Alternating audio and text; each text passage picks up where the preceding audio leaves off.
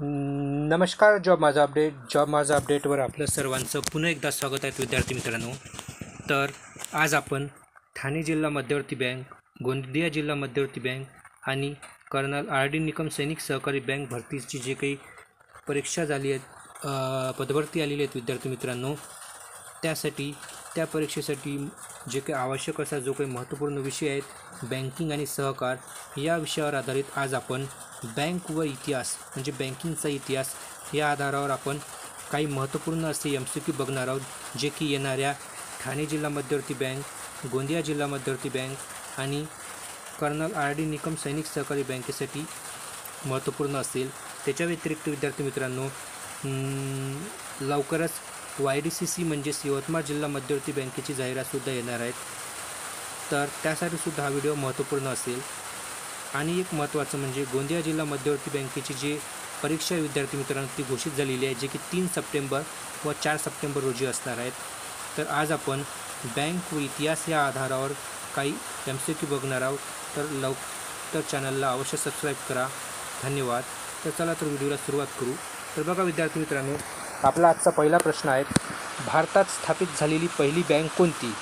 तर बघा आपला पहिला प्रश्न असा आहे की भारतात स्थापित झालेली पहिली बँक कोणती? तर बघा विद्यार्थी मित्रांनो, भारतामध्ये 1770 या वर्षी ब्रिटिश राजवटीच्या काळात भारतातली पहिली बँक ज्या विद्यार्थी मित्रांनो स्थापित करण्यात आलेली होती. तर विद्यार्थी मित्रांनो बरोबर जे उत्तर असेल हे ऑप्शन क्रमांक 2, बँक ऑफ हिंदुस्तान. तर बँक ऑफ हिंदुस्तान जे विद्यार्थी मित्रांनो ही भारतातली पहिली बँक आहेत, जिची स्थापना ही 1770 या वर्षी करण्यात आलेली होती.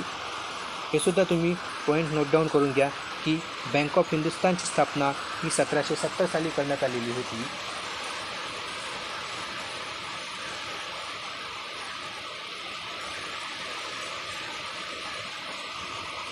त्यानंतर बघा प्रश्न क्रमांक 2, भारतातील पहिली प्रेसिडेन्शियल बँक कोणती आहे?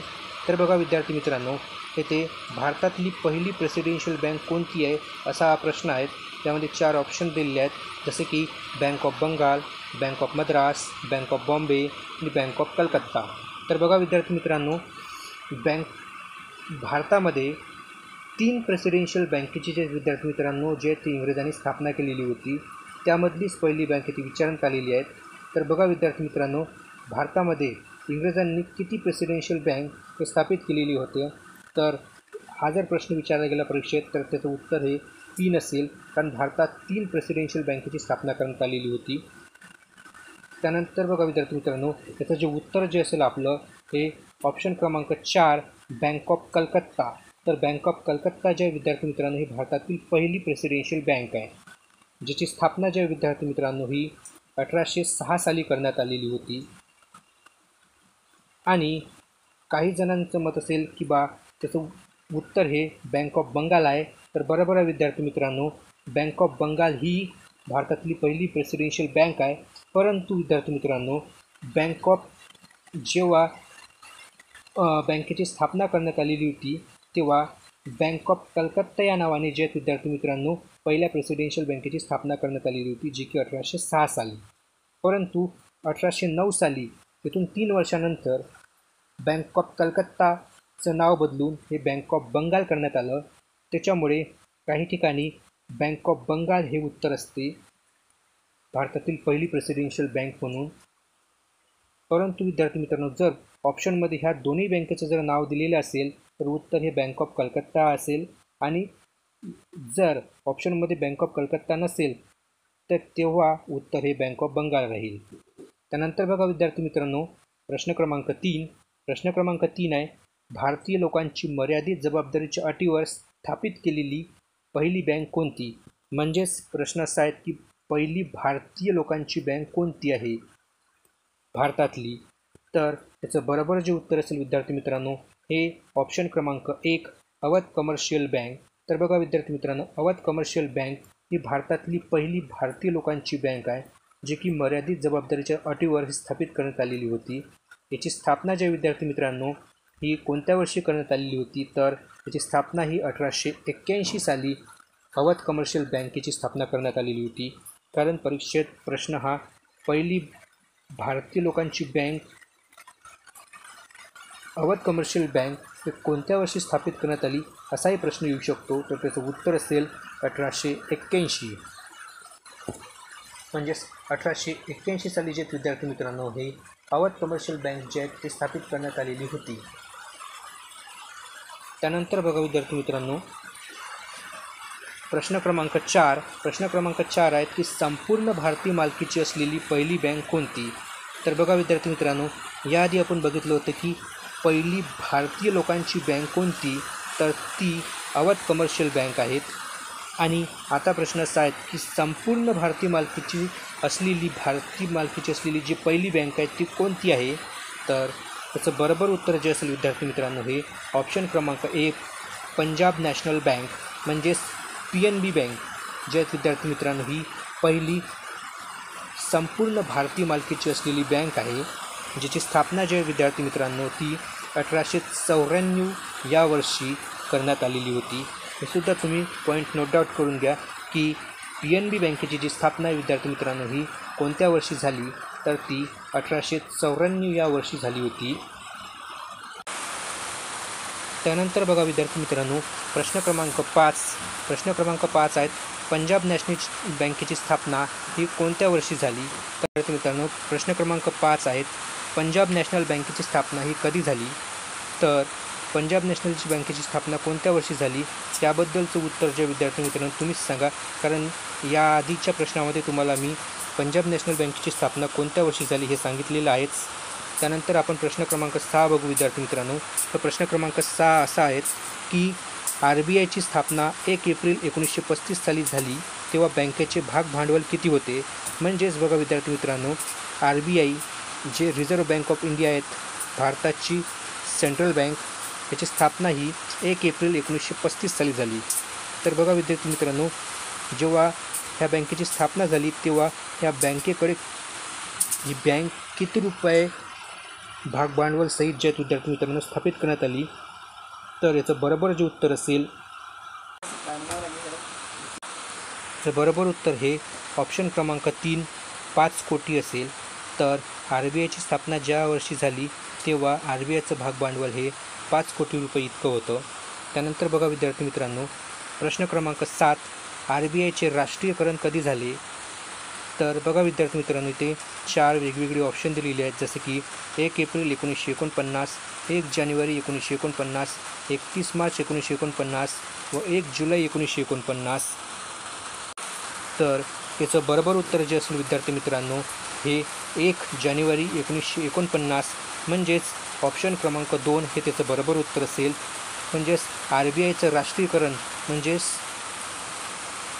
नॅशनलायझेशन ज्या विद्यार्थी मित्रांनो हे 1 जानेवारी 1949 साली झालेलं होतं आणि याची जी स्थापना आहे ती 1 एप्रिल 1935 साली झालेली होती. त्या व्यतिरिक्त विद्यार्थी मित्रांनो 1 जानेवारी 1949 साली जेव्हा RBIचं राष्ट्रीयकरण झालं त्याच वर्षी RBIच्या अंतर्गत बँकिंग रेग्युलेशन ॲक्ट 1949 सुद्धा पारित करण्यात आलेला होता. Banking regulation act 1949. त्यानंतर बघा विद्यार्थी मित्रांनो, प्रश्न क्रमांक 8 आहेत इम्पेरियल बँकेची स्थापना ही कोणत्या वर्षी झाली. तर बघा इथे 4 ऑप्शन आहेत. 1 1923, ऑप्शन क्रमांक 2 1925, ऑप्शन क्रमांक 3 1921 आणि ऑप्शन क्रमांक 4 1935. तर बघा विद्यार्थी मित्रांनो, इम्पेरियल बँकेची जी स्थापना आहे विद्यार्थी मित्रांनो ही ज्या 3 प्रेसिडेन्शियल बँका स्थापित करण्यात आलेल्या होत्या, जे की एक 1808 या वर्षी 1806 या वर्षी जे की बँक ऑफ बंगाल आहेत, दुसरी बँक ऑफ बॉम्बे ज्याची स्थापना 1840 साली करण्यात आली होती आणि तिसरी बँक ऑफ मद्रास ज्याची स्थापना 1843 साली करण्यात आलेली होती.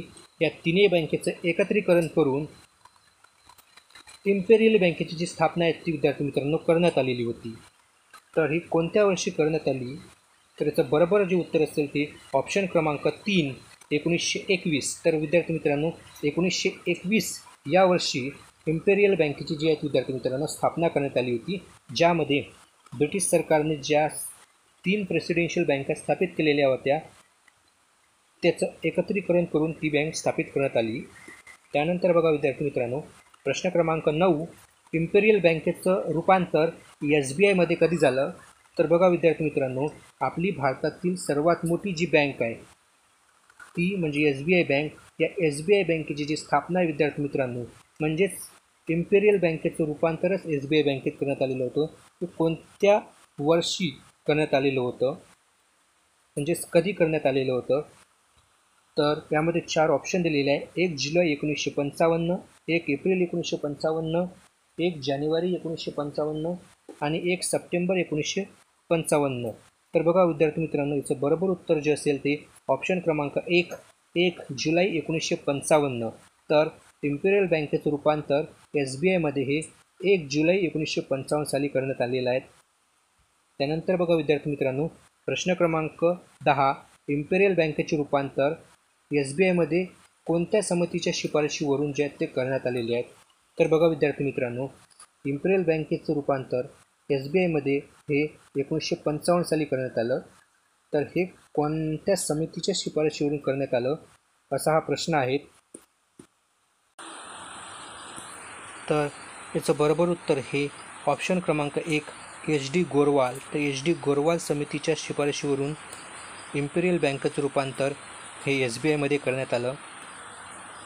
त्यानंतर बघा विद्यार्थी मित्रांनो, प्रश्न क्रमांक 11 आहेत.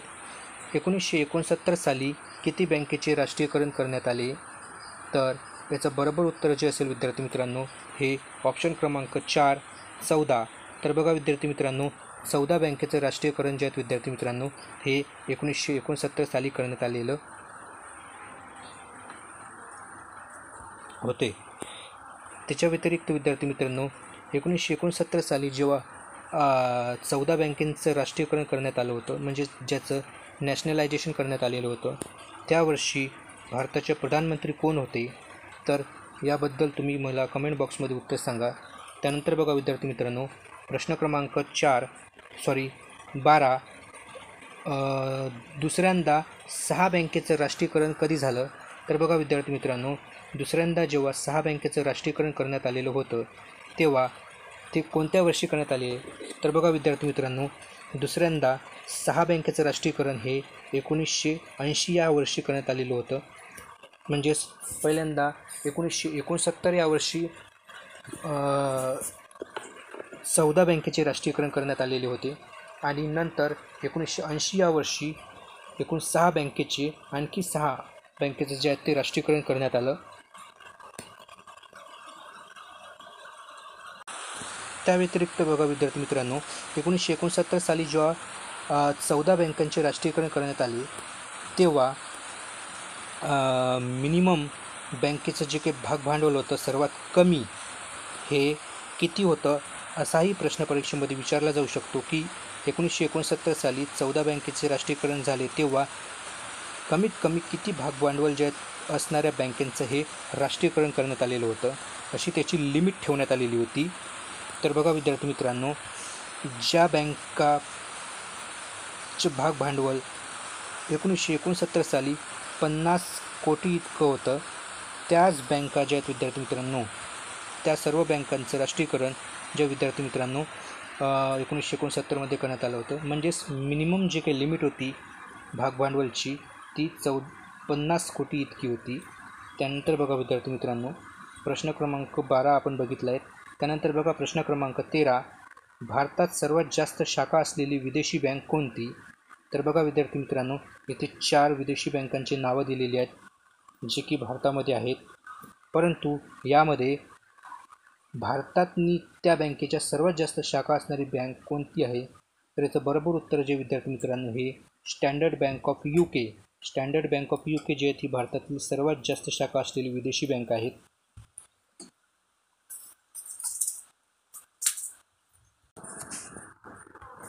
तर बघा विद्यार्थी मित्रांनो, स्टँडर्ड बँक ऑफ UKच्या ज्या आहेत विद्यार्थी मित्रांनो, हे भारतात सर्वात जास्त शाखा आहेत. सध्या आताच्या नवीन माहितीनुसार, म्हणजेच ऑगस्ट 2025च्या माहितीनुसार भारतामध्ये सध्या एकूण 100 ब्रँचेस जे आहेत विद्यार्थी मित्रांनो, स्टँडर्ड बँक ऑफ UKच्या ज्या शाखा आपल्या भारतामध्ये आहेत कार्यरत, ज्यामध्ये एकूण 43 शहरांमध्ये विद्यार्थी मित्रांनो ह्या बँका ज्या आहेत विद्यार्थी मित्रांनो, म्हणजे स्टँडर्ड बँक ऑफ UK ह्या बँकेच्या 100 शाखा ह्या भारतातील एकूण 43 शहरामध्ये सध्या कार्यरत आहे सध्याच्या माहितीनुसार. हे सुद्धा तुम्ही पॉईंट नोट डाऊन करून घ्या. त्यानंतर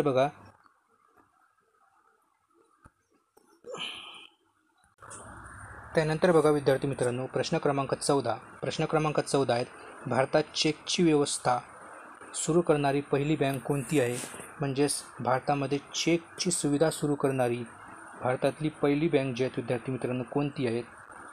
तर यामध्ये 4 वेगवेगळे ऑप्शन आहेत, जसे की bank of India, bank of Bengal, Awadh commercial bank आणि PNB बँक. तर याचं बरोबर उत्तर जे असेल विद्यार्थी मित्रांनो हे ऑप्शन क्रमांक 2 बंगाल बँक. तर बंगाल बँक जे आहेत विद्यार्थी मित्रांनो ही भारतातली पहिली अशी बँक आहे जिने भारतामध्ये चेकची सुविधा सुरू केलेली होती. परंतु लक्षात घ्या विद्यार्थी मित्रांनो, चेक हे एक नेगोशिएबल इन्स्ट्रुमेंट आहे आणि नेगोशिएबल इन्स्ट्रुमेंट ॲक्ट हे 1888 या वर्षी पारित करण्यात आलेला होता. परंतु बंगाल बँक याने चेकची व्यवस्था 1888 या वर्षीच्या म्हणजे 1888च्या आधीच सुरू केलेली होती. नंतरच 1888 साली नेगोशिएबल इन्स्ट्रुमेंट ॲक्ट पारित केल्यानंतर चेक हे एक नेगोशिएबल इन्स्ट्रुमेंट झाले आहेत. त्यानंतर बघा विद्यार्थी मित्रांनो, प्रश्न क्रमांक 15 आहेत. भारतात इंटरनेट बँकिंग सुविधा सुरू करणारी पहिली बँक कोणती? तर बघा विद्यार्थी मित्रांनो, जी आपण इंटरनेट बँकिंग सुविधा वापरत असतो ती जी इंटरनेट बँकिंग सुविधा आहे विद्यार्थी मित्रांनो ती भारतातनी सुरू करणारी पहिली बँक कोणती? त्याच्यामध्ये 4 अशा बँक दिल्या आहेत, जसे की HDFC बँक, दुसरं ICICI बँक, तिसरं PNB बँक हे चौथं IDBI बँक. तर बघा विद्यार्थी मित्रांनो याचं बरोबर उत्तर जे असेल ICICI बँक असेल. तर भारतामध्ये इंटरनेट बँकिंग सुविधा सुरू करणारी भारतातील पहिली बँक जी आहे ती ICICI बँक आहेत विद्यार्थी मित्रांनो, जी एक प्रायव्हेट बँक आहे. त्यानंतर बघा विद्यार्थी मित्रांनो, प्रश्न क्रमांक 16 क्रेडिट कार्ड सुविधा देणारी भारतातली पहिली बँक कोणती? तर बघा विद्यार्थी मित्रांनो यामध्ये 4 बँक दिलेल्या आहेत, जसं की PNB bank, bank of India, central bank of India आणि ICICI बँक. तर बघा विद्यार्थी मित्रांनो याचं बरोबर उत्तर जे असेल हे ऑप्शन क्रमांक 3 central bank of India. Central bank of India म्हणजे CBI बँक जे आहेत म्हणजे सेंट्रल बँक ऑफ इंडिया हे बँक जे आहेत विद्यार्थी मित्रांनो या बँकेने क्रेडिट कार्ड सुविधा जे आहेत ते भारतामध्ये सुरू केलेली होती. म्हणजेच भारतात क्रेडिट कार्ड सुविधा देणारी पहिली बँक कोणती असेल तर त्याचं उत्तर असेल सेंट्रल बँक ऑफ इंडिया. त्यानंतर बघा विद्यार्थी मित्रांनो, प्रश्न क्रमांक 17 देशामध्ये. तर बघा विद्यार्थी मित्रांनो HSBC बँक जे आहेत विद्यार्थी मित्रांनो ही कोणत्या देशातील आहेत? तर HSBC बँक जे आहेत विद्यार्थी मित्रांनो हे मुख्य हाँगकाँग या देशातील आहे. HSBC बँकचं जे पूर्ण रूप जे आहेत विद्यार्थी मित्रांनो ते काय आहेत? तर बघा हाँगकाँग अँड शांघाई बँकिंग कॉर्पोरेशन जे आहेत विद्यार्थी मित्रांनो HSBC बँकेचे जे आहेत ते पूर्ण रूप आहेत. आणि HSBC बँकेनेच भारतामध्ये 1987 साली पहिल्यांदा ATMची सुविधा सुरू केलेली होती. त्यानंतर बघा विद्यार्थी मित्रांनो, प्रश्न क्रमांक 18 ISO प्रमाणपत्र प्राप्त भारतातील पहिली बँक कोणती? तर बघा विद्यार्थी मित्रांनो ISOचं जे सर्टिफिकेशन असते एक इंटरनॅशनल सर्टिफिकेशन आहे प्रमाण. तर भारतामध्ये ISO प्रमाणपत्र प्राप्त करणारी भारतातली पहिली बँक कोणती? तर बघा विद्यार्थी मित्रांनो त्याचं बरोबर उत्तर हे ऑप्शन क्रमांक 2 कॅनरा बँक. तर कॅनरा बँक जे आहेत विद्यार्थी मित्रांनो ही ISO प्रमाण प्राप्त करणारी भारतातली पहिली बँक आहे. त्यानंतर बघा प्रश्न क्रमांक 19 भारताबाहेर शाखा काढणारी भारतातली पहिली बँक कोणती? तर बघा विद्यार्थी मित्रांनो ज्या प्रकारे भारतात विदेशी बँकेच्या शाखा आहेत त्याच प्रकारे भारतातील काही बँकाच्या शाखासुद्धा विदेशामध्ये आहे. तर यामध्ये भारताच्या बाहेर शाखा काढणारी भारताची पहिली बँक कोणती आहेत? तर बघा इथे 4 ऑप्शन दिलेले आहेत. यापैकी ऑप्शन क्रमांक 4 बँक ऑफ इंडिया. तर बँक ऑफ इंडिया जे आहेत विद्यार्थी मित्रांनो, ही भारतातली पहिली अशी बँक आहेत जी भारताच्या बाहेर शाखा काढलेली पहिली बँक आहेत. त्याच्या व्यतिरिक्त SBIच्या शाखासुद्धा विद्यार्थी मित्रांनो भारताच्या बाहेर आहेत. आणि एक महत्त्वाचा पॉईंट म्हणजे भारताच्या बाहेर सर्वात जास्त शाखा असणारी बँक म्हणजे ती SBI बँक आहेत विद्यार्थी मित्रांनो, हे सुद्धा तुम्ही नोट डाऊन करून घ्या. परंतु भारताच्या बाहेर शाखा काढणारी पहिली बँक ही SBI नसून बँक ऑफ इंडिया ही आहे, हे सुद्धा तुम्ही पॉईंट लक्षात ठेवा. आणि जर तुम्हाला सर्वात जास्त शाखा असणारी बँक विचारली असेल तर SBI बँक आहे. त्याच्या व्यतिरिक्त भारताच्या बाहेर सर्वात जास्त देशांमध्ये शाखा असणारी बँकसुद्धा SBI बँकच आहे. त्यानंतर बघा विद्यार्थी मित्रांनो, आजचा आपला 20वा आणि शेवटचा प्रश्न आहेत. 1980 साली जेव्हा 6 बँकेचे राष्ट्रीयकरण झाले तेव्हा त्याचे कमीत कमी भांडवल किती होते? तर यामध्ये 4 ऑप्शन दिले आहेत विद्यार्थी मित्रांनो. यापैकी आपलं जे बरोबर उत्तर असेल हे ऑप्शन क्रमांक 2 200 करोड रुपये. तर 200 करोड इतकं 1980 साली जेव्हा 6 बँकेचे जेव्हा राष्ट्रीयकरण झाले तेव्हा मिनिमम भाग भांडवल जे आहेत ते विद्यार्थी मित्रांनो होते. तर बघा विद्यार्थी मित्रांनो, असे हे काही महत्त्वपूर्ण असे 20 MCQ होते जे परीक्षेच्या दृष्टिकोनातून महत्त्वपूर्ण असेल. आणि त्यासोबतच मी तुम्हाला काही महत्त्वाची काही इम्पॉर्टंट पॉईंटसुद्धा सांगितलेले आहेत, ते सुद्धा तुम्ही नोट डाऊन करून घ्या. आणि अशाच प्रकारच्या माहितीसाठी चॅनलला अवश्य सबस्क्राईब करा. धन्यवाद.